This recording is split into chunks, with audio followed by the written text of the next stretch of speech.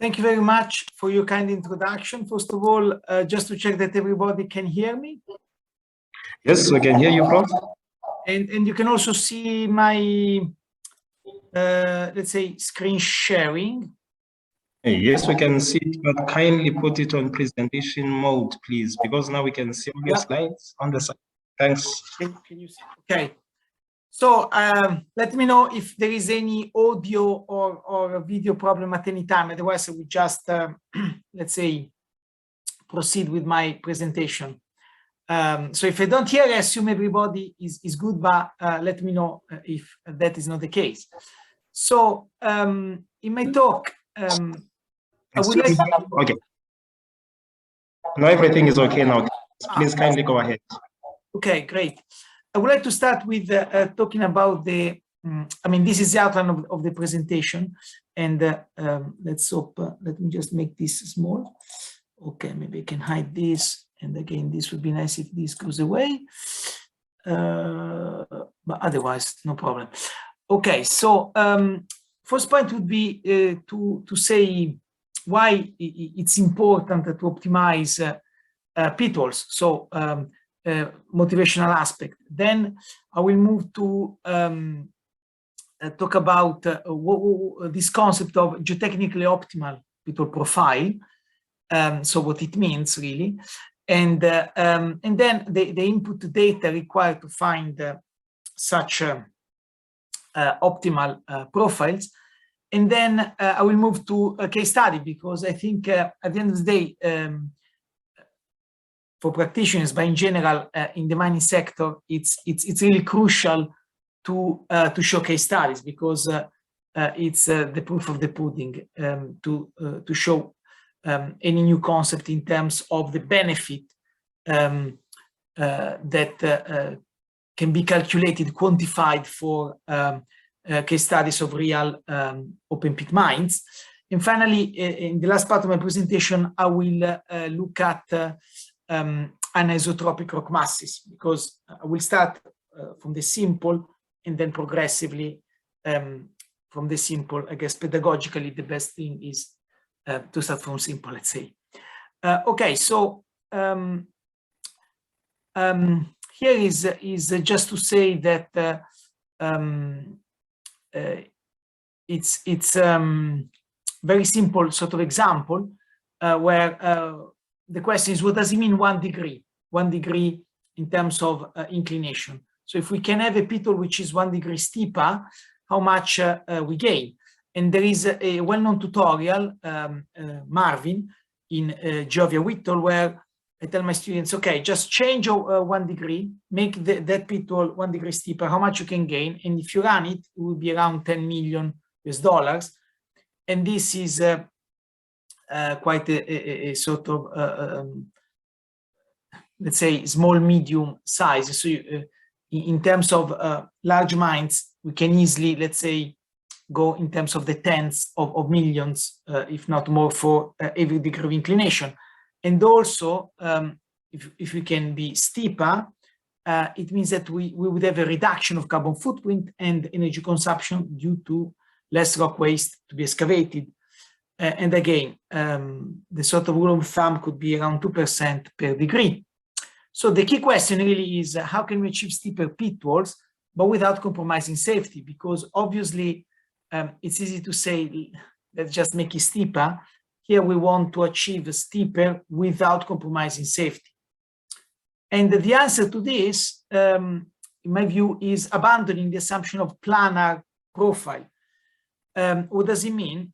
So here, like, I guess, is an introduction to the concept. So here we can see like a sort of traditional mine. And then we have the cross-section. This cross-section, we can see this is a vertical cross-section. So here we have the elevation, right? So in this vertical cross-section, we have a mine and a planar profile. This is a factor of safety that has been calculated according to rock science slide. So limit equilibrium method. And here we have the same height. Everything is the same in terms of the you know, rock properties. The only difference is the shape of the profile. So in this case, we have partly concave and partly convex. And for the same factor of safety, again, found using limit equilibrium, Morgenstern and Price method, we can see that actually this is 4 degrees steeper, 38.6 rather than 34.6. And this 4 degree that we will see the implication in terms of MPV and various other things. But the idea is, so using this shape, then for the overall pitwall, we can have a pit which is overall 4 degrees steeper. So where does this concept come from? If you want now, I'm moving to the sort of historical, let's say, background. And actually, the idea was put forward, first of all, by in this little book, which is very little known, but is already in the 19th century. And this guy, Newman, realized that actually, in the case of clay embankment, if you did an embankment, rather than using a planar shape, using a concave shape, he could achieve higher embankment. But then let's say in terms of rock mechanics, the idea of looking at profile which are non-planar appears in 77, the second edition of Rock Slope Engineering, from Hooke, Everett Hooke, who is, I consider, the father of rock mechanics. And here we have like a comparison between profile. So the straight line is a planar profile for which we have a factor of safety equal to 1. And then we can see either convex here or concave profile. Maybe I will use, let's see if I can use like a pointer. So let's say the laser pointer. So as I was saying, convex or concave profile. And in case of concave, we can, he shows that the factor of safety goes up. So for the same, in this case, the inclination, the steepness, the overall slope angle, it's called in mining, right, is the same. And the difference between profile is expressed in terms of factor of safety. Then we have other works. So I guess here this is incompatible with going, so I need to get rid of the pointer. Okay, then we have, this was something that, a paper that after my PhD appeared, and here I was looking at log spiral profile. So log spiral is like a circle, the only difference is like a circle whose radius increases with the angle. And then other works, so here we have two independent groups, one in Australia, one in the US, where they look at, they consider different shapes. And in all these cases, the conclusion is the same. Like you could get a higher factor of safety if you use a different shape for the same overall slope angle. So the limitation of this work is the fact that where a uniform slope is considered, especially the fact that a shape is predefined. So in all this work, somehow you have use an equation, you use a parameterization of a specific shape, which means you are prescribing the shape. So, okay, it's better than planar, but definitely is not optimal because you are narrowing the search of the optimal profile to a predefined set of shapes. So what we really want is instead to get the best possible shape. So to say, okay, for a given stratigraphy, so we may have layers of different rocks with different strength, so different rock properties. And then also we have to account for some constraints due to bench geometry. I'm going to talk about this. Also, let's say, a factor of safety. So we want to prescribe a certain factor of safety. Let's say, given all of this, the thing that we really want is we don't want to prescribe any shape. We want to find the best possible shape, which means let's discretize a profile, because clearly, if you don't know the shape, you don't know the equation, the mathematical equation that can describe the shape. So there is no point in trying to use any sort of equation that describes specific shape. Here the idea is we want to, let's discretize, and the natural way to discretize the profile is to use a bench height as the unit of discretization, because we start from the bench. The design always starts from the bench, and the bench height is a key parameter which comes as input from the bench design. So then we say, okay, given this bench height, we discretize, and now the coordinate of all these points are unknown. So in other words, we want to find the coordinates of these points, which are the unknowns, such that for the given mechanical properties of the rocks, for this given stratigraphy, we can work out a shape such that we maximize the overall slope angle. So here, if you want, in terms of the formulation, what we want to maximize is the overall slope angle for a given target factor of safety. So now, what about the benches? Here, you know, I've zoomed in. So and now, in terms of benches, I would like to say very importantly, is business as usual, because the whole point here is to find the optimal pitwall profile, right? So in terms of the bench, we will have that we need to design the bench, and we do this first, as is a practice in open pit mining. So there will be like a bench face inclination here, a bench height, and the minimum bend width. And these come from different needs. The need to prevent rockfall, the need to guarantee some movement for the fleet. So the minimum bend width can be dictated either by prevention of rockfall or by certain requirement in terms of the fleet. So all of this, of course, also structural geology, because the bench facing angle needs to be such that we don't have failure of the bench. So all of this will dictate the geometry of the bench. And then here you see this red line is like goes from the midpoint of this bench to the midpoint of this other bench. So if you want, this inclination alpha max represent an overall inclination of the bench and represent the limit. So in order to ensure the stability of the bench, the profile, which I still have to determine, but I know that the profile at this at this point in the vertical plane cannot be more inclined than this alpha max.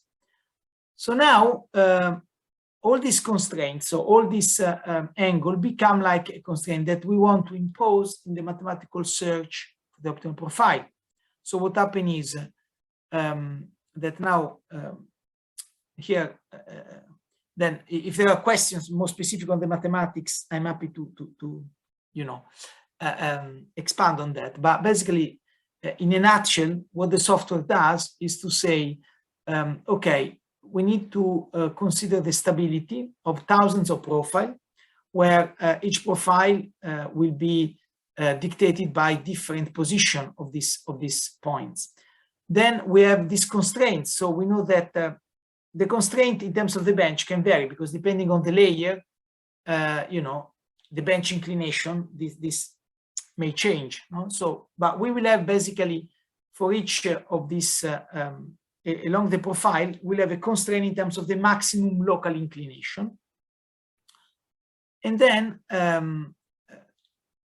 the software is based on limit analysis. So the idea is like to solve an equation in terms of energy dissipated along the potential failure mechanism and external work.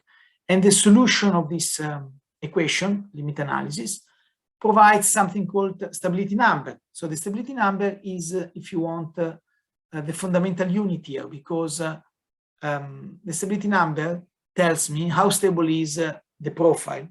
So for each profile, the failure mechanism is calculated, and therefore this stability number. And then for all the profile considered, among all the profile considered, the winner, so the optimal profile, is the one with the highest possible stability number. Okay, because we know that the higher the stability number, the better And that's it. So this is the sort of really what the software does. And let's say what is here the practical implication, because this I think is very important in the sense that if I go back here, look at this profile, clearly the shape is more complex. Good thing that is more complicated rather than having a straight line. And this is a fair, if we want, a fair comment. However, if now I look here, so in this chart, in this visual, we have that the red point corresponds to the point found by the software. So in a way, the optimal profile, if you want, the theoretical profile. Because now what we need to do is to see where the bench are. And actually now, if we put the benches, so here we have in blue the planar profile. And even the important observation here is also a planar profile. Actually, when I draw the benches, it's not really planar, because it's planar in terms of a sort of eye-board view. But actually, we will have like bench face, bare, bench face, bare, bench face. The optimal profile in terms of the benches is exactly the same. So the same bench height, the red, if we now compare the red with the blue, no? They will have the same bench height, same bench face inclination, and same minimum band width. Because the minimum band width is honored at all times. The difference is purely the fact that for the planar profile, a constant band width is applied, okay, well above the minimum. Instead, for the optimal, as you can see, the band width varies with the depth, keeps varying with the depth. So we have, we say in this zone, like a sort of, if you want, a geotechnical berm, but also here, now we have a berm here up high. I don't know if you can see, sorry, let's again try to use a pointer. You know, here is larger than the minimum, no? So the idea is that now, the key point here is from the overall view, this is a highly nonlinear profile. But actually, from the operational point of view, there is no difference, because the benches are still built, and in terms of the shape, are exactly the same as a traditional planar profile.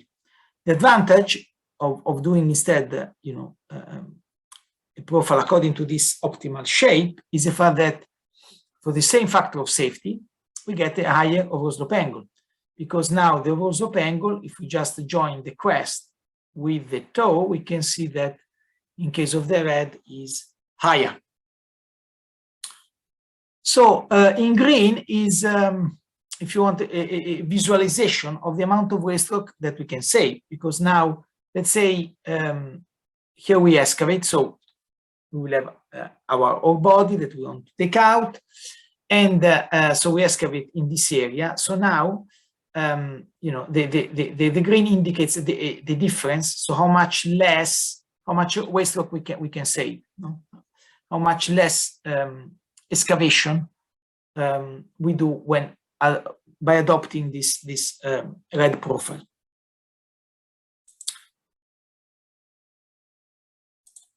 Okay, let's take out the laser option. Okay, so then here is just to show now what are the input parameters. The software runs on the cloud, so the good thing is like to install the graphical user interface, it's very light, so it's very simple. And here I want to just quickly go through the input parameter, because it's all about the physics.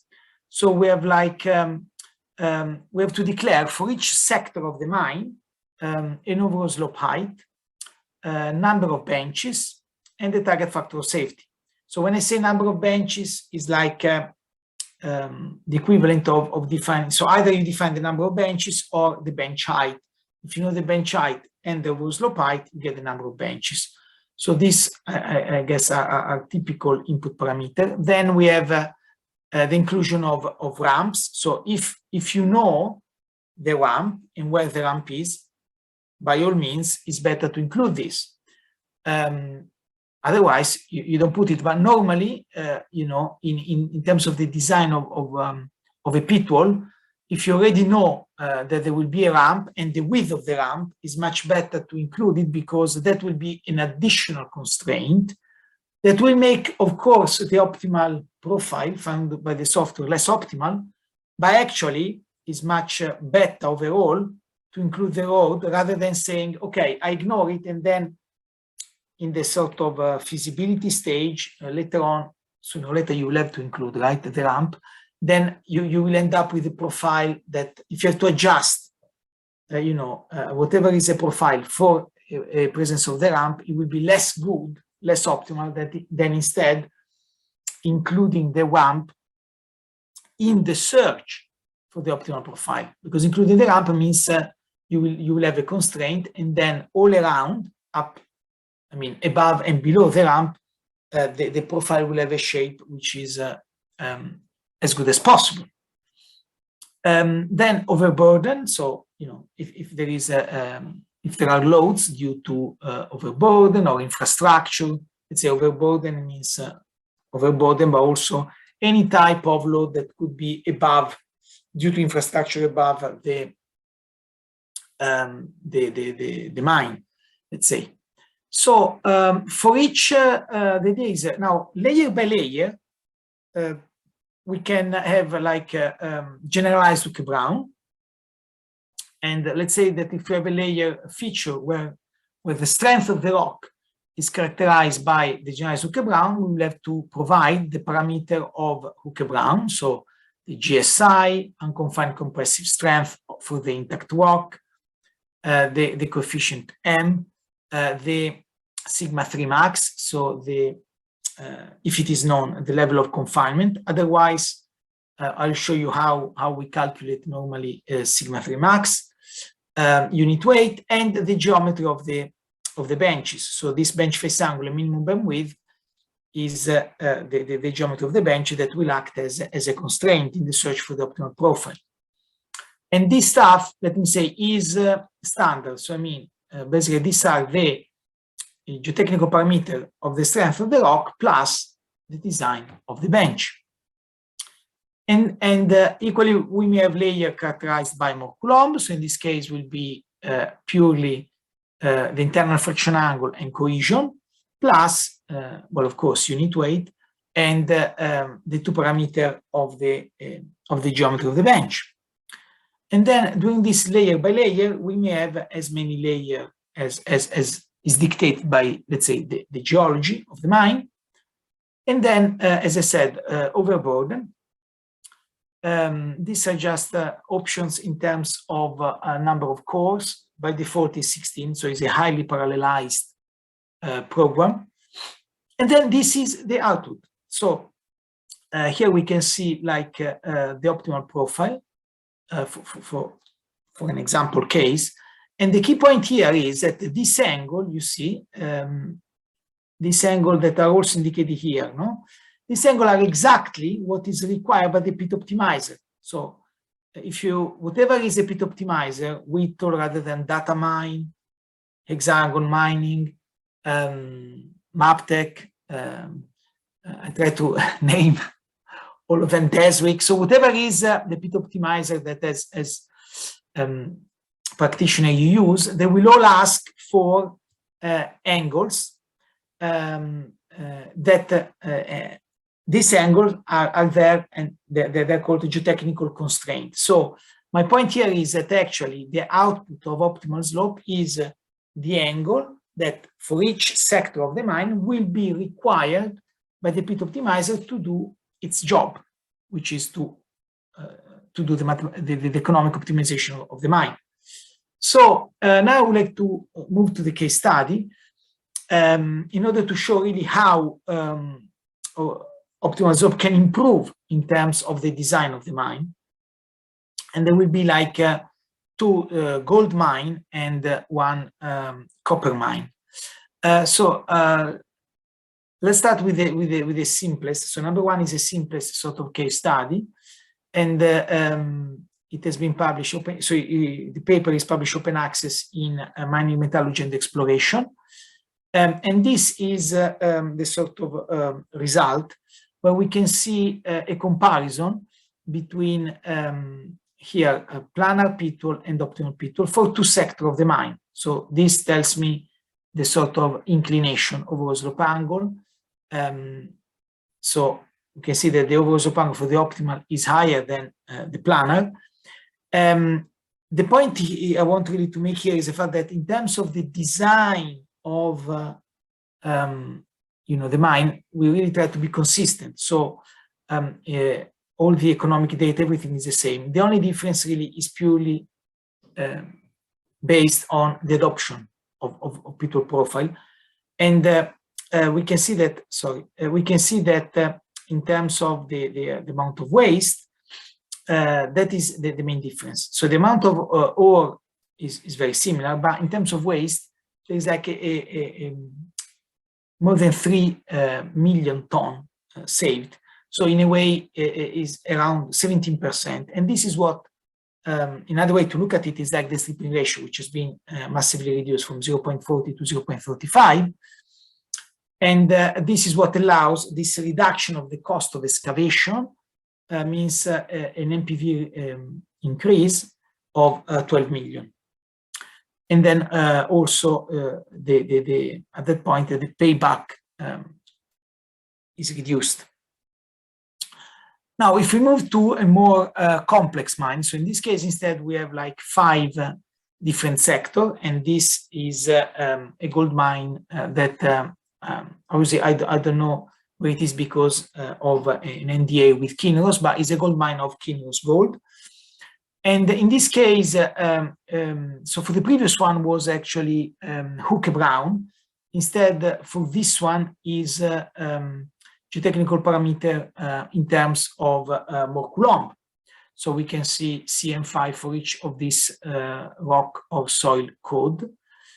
And these are the economic parameters. The factor of safety is 1.2. So the requirement in terms of the factor of safety for the pitwall, for each pitwall is 1.2.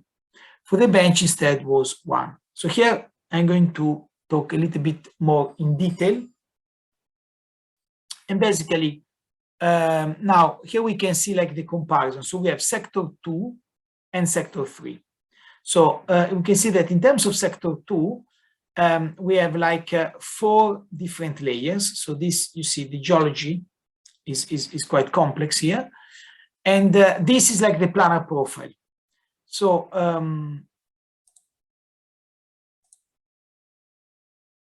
okay.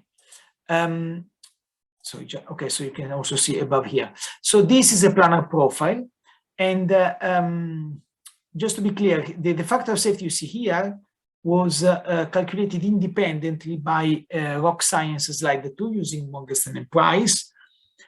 And also we did some flak analysis using flak slope. So the factor of safety you see here is not just what is the result of optimal slope, but they've been independently verified by Rock Science Slide and flak.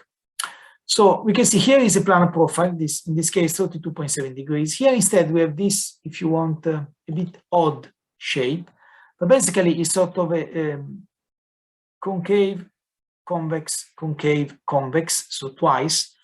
Again, let me see if I can get the pointer out. So you see concave, convex, concave, convex. But from the point of view of, let's say, of the operational people, it doesn't matter because let's remember that here there will be benches. So this is just the overall profile. But actually, from the point of view of the benches, as I said before, nothing will change. But you know, playing on the width of the benches, we can get these shapes. And instead for sector 3, only 2, if you want, 2 layer. But again, sector. So need to get rid now of this pointer. Let me go back. Okay, for sector 3, so is a gain of almost 4 degrees by using the optimal shape. And again, here we can see in terms of the color, like the visual of the amount of waste rock which is saved. the work has been published so it's available open access in the CIM journal, so the journal of the Canadian Institute of Mining, December of last year, so 2021. And this is like a sort of summary in terms of the results. And you can see for each pit sector, the gain is different, no? So in some cases it's massive, in some cases less. But I want to comment on this pit sector because you see there is here a pit sector where there is no gain. So for S1, we have that the overall slope angle is 44.7 degrees. And this to me is a very good result because in a way is a sanity check in the sense that there is nothing magic here. It's all down to the properties of the rock. So this is a situation where the design of a pit wall is controlled by the bench. So in a situation where basically the inclination of the bench, would say bench controlled, no? Where the stability of the bench is what rules the design, clearly we cannot do better than the planner. The point here I want to make is the fact that the result, how much we can improve and whether the planner cannot be improved, is given by the software. So the fact that we get, as a result of the optimization of Rambo optimal slope, a planar profile is a good sanity check because it says that actually if the design is bench control, this will be again the outcome of what the software finds out. But normally we can gain, as I say, I would say in the 90% of the cases we've analyzed so far, there is always an improvement.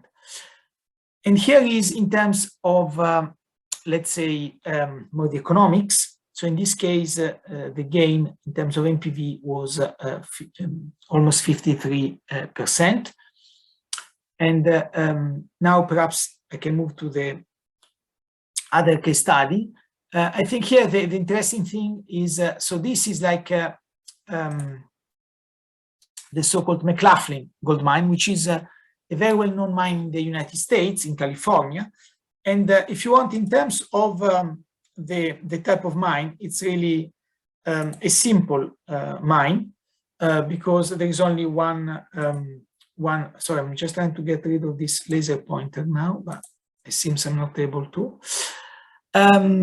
Let's say it is uniform mine. So in terms of the geotechnical parameter, we have CM5 and is all uniform. But the beauty is that the block model is available from this public repository called MineLib. So anyone can download the block model from MineLib, put in the economic parameters that are here provided, and replicate our result. The detail of the study are all provided open access in a paper that we publish in the Second International Slope Stability Mining Conference. So the conference that is run by ACG. It was run in October last year. And again, here there was actually an important gain in terms of NPV, so 60 million. But I would like to draw your attention on the environmental benefits. Like in this case, we calculated the amount of carbon footprint and the amount, well, first you calculate the amount of energy, and then from the amount of energy consumption, you can move to the amount of carbon footprint by using equation at the level of the block model. So for each block, knowing how much is obviously the density of the block, but also the distance of the block to the processing plant and to the waste, this is a bit too fast, and to the waste dump, you can calculate the amount of carbon footprint due to the main activities. So drilling, blasting, mining, haulage. And then with that, we just compare the two design, one based on optimal, the other based on planar pitwall, and then work out a credible quantified difference in terms of the reduction of carbon footprint. So having said this, I think there is another advantage of using a piece of software now that calculate the shape, the let's say, the pitwall, right? And if I look here, so this, let's say, I would say to me conceptually is the typical, let's say, the workflow. So how the workflow of designing an open pit mine. So we start with bench geometry, geotechnical properties, target factor of safety, and a sort of assumed depth of the ultimate pit limit. We do the slope design, and then the slope design, if you want the output of the slope design, will be some angles. The angle are the input for pit optimization. We use a pit optimizer, whether Whittle, MPVS scheduler, Vulkan, Deswik, whatever you may use. And then we get the output in terms of pushbacks and an ultimate pit limit. However, in my experience, it is never the case that the depth of the ultimate pit limit, which comes out of the pit optimizer, is what we assumed before, because actually it's very difficult to predict a priori without knowing anything, how deep will be, what is, let's say, the optimal depth, no, of the ultimate pit limit, is an outcome really of pit optimization. So the point here is that what really should happen is that then we should go back to the design of the pitwall, to the design of the pitwall, and say, hey, hold on, but actually I want to take, I want to design the pitwall according to the depth of the ultimate pit limit that is that comes from the pit optimizer. So actually there is a need for another iteration where actually we redesign the pitwall using the information from the pit optimizer. And normally after a couple of iterations, we can be in a situation where the pitwall, so the angle, have been calculated for a depth which coincides with the depth that comes out of pit optimization. And actually, the beauty of having a piece of software that does slope design is the fact that now, in a way, we could have like a one-stop shop where we can do these things, because clearly, at the moment, any iteration between the geotechnical team and the mining team takes time, no? It's time consuming. But you know, if now you have a software that does the pitwall design, actually, I think we can do iteration so that the sort of optimization of the overall mine gains from this. All right, so this is like a sort of conclusion from the case studies. So here we can see, well, the sort of summary of increases in terms of profitability and the environmental gain. And if I just take the average in terms of the carbon footprint, actually, and multiply by all the open pit mine in the world, we're talking about a significant amount of carbon footprint reduction in the order of 0.1% of the worldwide annual emissions. Clearly under the assumption that this becomes a widespread solution. So now this is to say that the people who have been working with until now. And now I think here is the last really part of the presentation, which is, okay, so far we've seen what happens in isotropic rock, but what about anisotropy? Can we account for rock anisotropy? Because clearly we know that there is a lot of anisotropy, and especially if we think about shale. So here is a picture of shale. Here instead is a banded iron formation.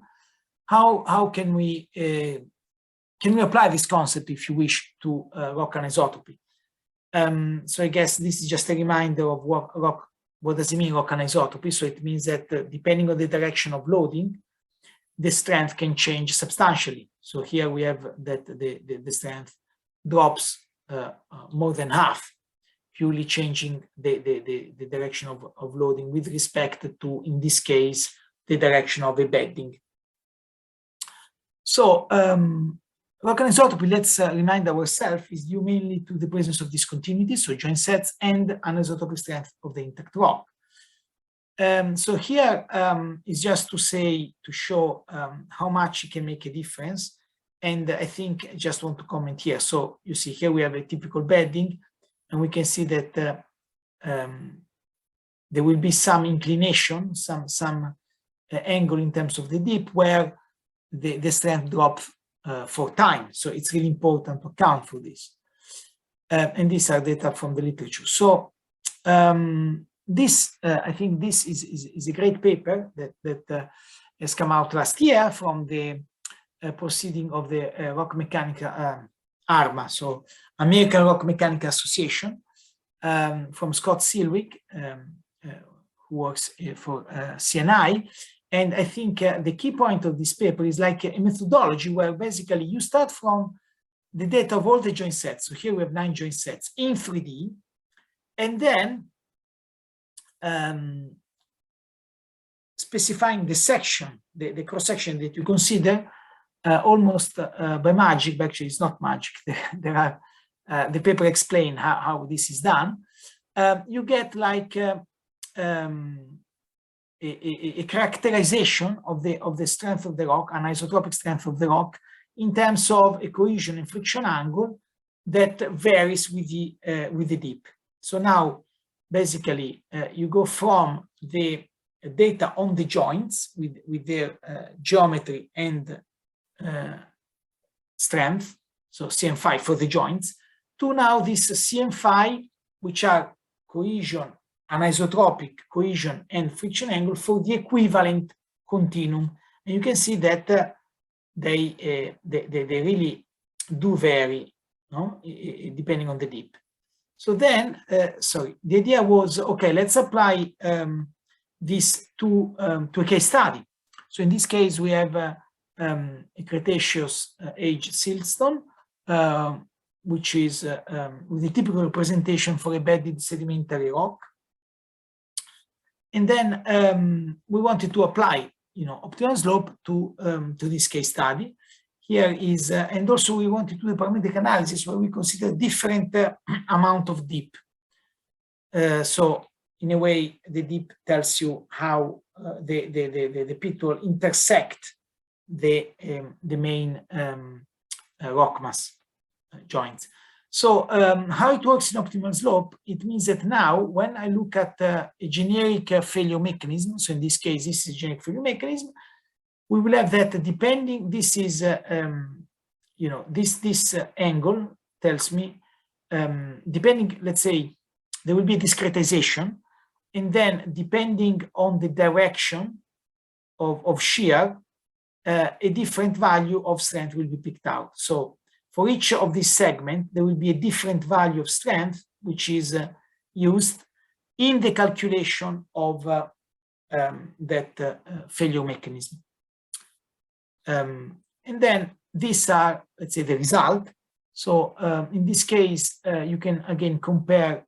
So on the bottom, we have the planar profile, and on the top, we have the optimal profile. So you can see the gain in terms of overall slope inclination. The red line represents the failure mechanism, and here it starts vertical. You see that up here is vertical because we also are in the presence of tension crack. So we had also a way to account for the possibility of tension crack. And just to say that, in each of these profile, basically, there will be, let's say, the strength of the rock is characterized by this CM5 function. And you see, when you change the cross-section azimuth, clearly this function will be different. And the sort of summary of results is a chart where now we have the overall slope angle of the optimal minus the planar. So this tells me the gain in terms of steepness, and it goes from 1 to 3, depending on the bedding dip. So depending on how let's say, on the direction of the bedding dip, let's say. And we've done this for hanging wall, footwall, and end wall. And again, I like the fact that there is one case where actually there is no improvement. And this just means that the orientation of the joints is such that the planar profile is the best you can get. But normally we have like improvement between 1 and 3 degrees. So if you want, this is again a nice sanity check. And the work is currently under submission to International Journal of Mining Technology.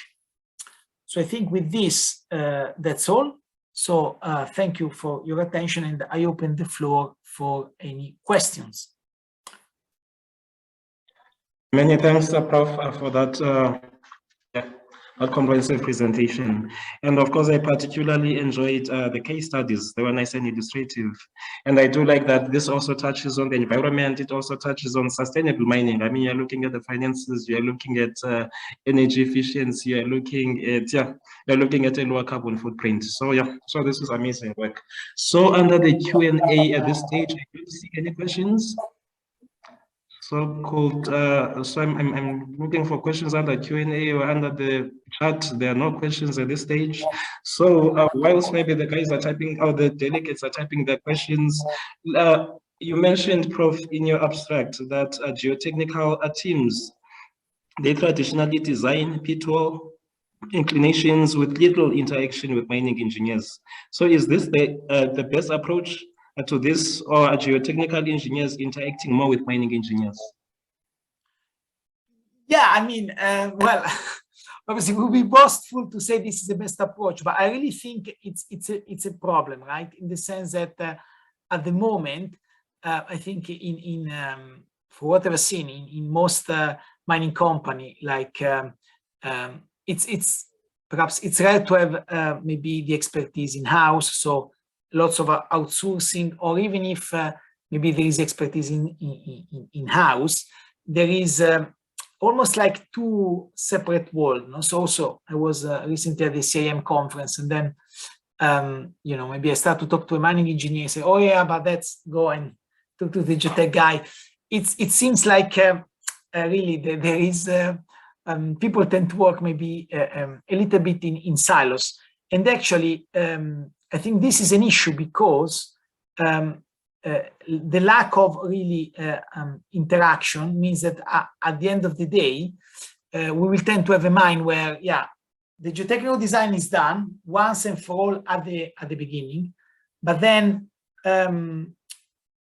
that is it could be very far, you know, from the optimal, because normally, you know, I mentioned the case of the depth of the pit that comes out of the pit optimizer, but you could think about price variation. There are so many things that over you know, time changes, and then you think, okay, I want to redesign, no, the slope inclination, and I think the issue is that at the moment, if it's all very much manual and takes time, and so you do it only, you know, if you're desperate to do it, but instead having a piece of software that can give you the design of the pitwall is definitely should make it easier for people to you know, iterate, and also like for mining engineer, maybe even I would say to use it, because at the end of the day, I think especially in the feasibility, pre-feasibility stage, you know, they can do, and then of course the ultimate verification will maybe done in 3D with you know, some other tool, but especially for the strategic mine planning, I think it would be very much beneficial to have a better integration. Apologies if I have you know, diverged, but yeah, that would be my take on the issue. Many thanks for sharing your insights, Prof. I don't see any questions under the Q&A tab, and I also don't see any questions under the chat, but you still do have a few minutes. We have about 8 minutes to go, so please, ladies and gentlemen, if you post your questions. But of course, Prof, this topic is of interest, and I do have a question, another question from my side. You did mention the factor of safety, and you mentioned, of course, that it's a targeted factor of safety, and of course, this is very important for the design. So in terms of sensitivity, I can imagine that, I mean, this factor of safety is not cast in stone. It could be different maybe from one mine to another mine, or it could be different from one set of engineers to another team of engineers. So how is the sensitivity of this factor of safety then on the design? Thank you for the question. I mean, absolutely. So I guess different mining companies will have different practices. And certainly there could be a case where maybe a mining company think, okay, should I do 1.2? Should I do 1.3? Well, as you mentioned, maybe the answer is to do a sensitivity analysis where you say, okay, if I do 1.2, what happened? If I do 1.3, what happened? But I guess your question landed me to another observation, which is very often, I think, in a mine, you may have inconsistent factor of safety. And why that? Because say you do start doing the design of the pitwall, and then you do the pit optimizer, and then you don't go back. So then, pit optimizer tells you, okay, do the pushback like this, do your ultimate pit limit like that. The fact that you have not gone back to check, no, if those depths were what was assumed by the geotechnical designer, because let's remember that the height of the slope is a crucial input, no?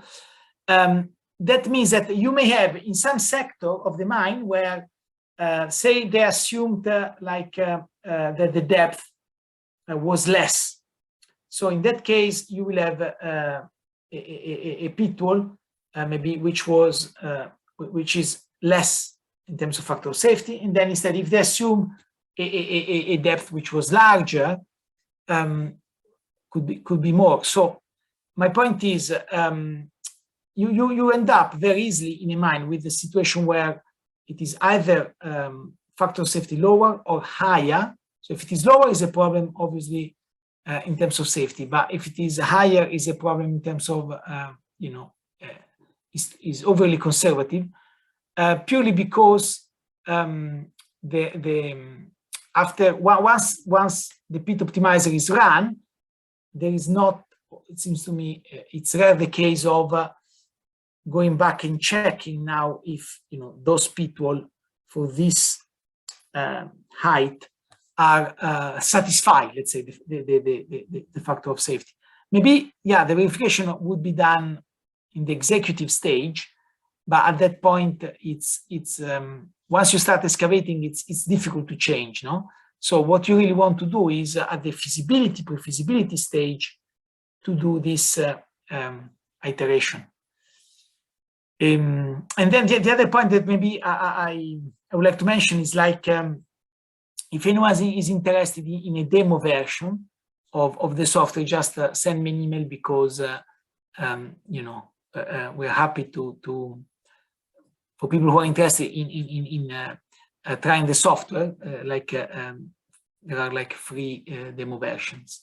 So if anyone is interested, just send me an email. Yeah, that's it, I think. Many thanks, Prof. So I think now that leads to a follow-up question from my side. You do mention this software. Is it used in many mines around the world? Can you maybe say a few words on that? Yeah, no, I mean, it's a new product. So obviously, we are at the beginning, but we've looked at, different case studies, and yeah, I mean,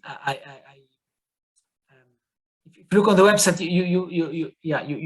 you can see some more, and yeah, we have like a few mining companies we are working with, and as I say, like if anyone is interested, just send me an email, and the software runs on the cloud, so it's once you have like the executable, is basically a graphical user interface, then you are not limited by your computer, because since it runs on the cloud, that's, I think, another important point to make.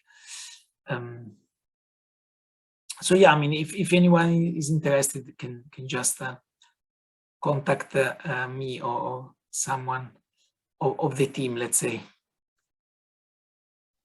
Okay, many thanks, Prof. So I would like to take this opportunity to thank you on behalf of the Southern African Institute of Mining and Metallurgy for sharing your insights for this presentation. So it's a big thanks. And of course, I would like to thank the SAIM for providing the platform, and also to the attendees. But of course, these attendees were a little bit, they were not so interactive this time around. But again, I mean, many thanks, Prof. And many thanks to everyone. And that concludes this webinar. Thanks. Yeah, thank you very much. And as I say, for any question, just email me. Okay, thanks, and cheers, everyone.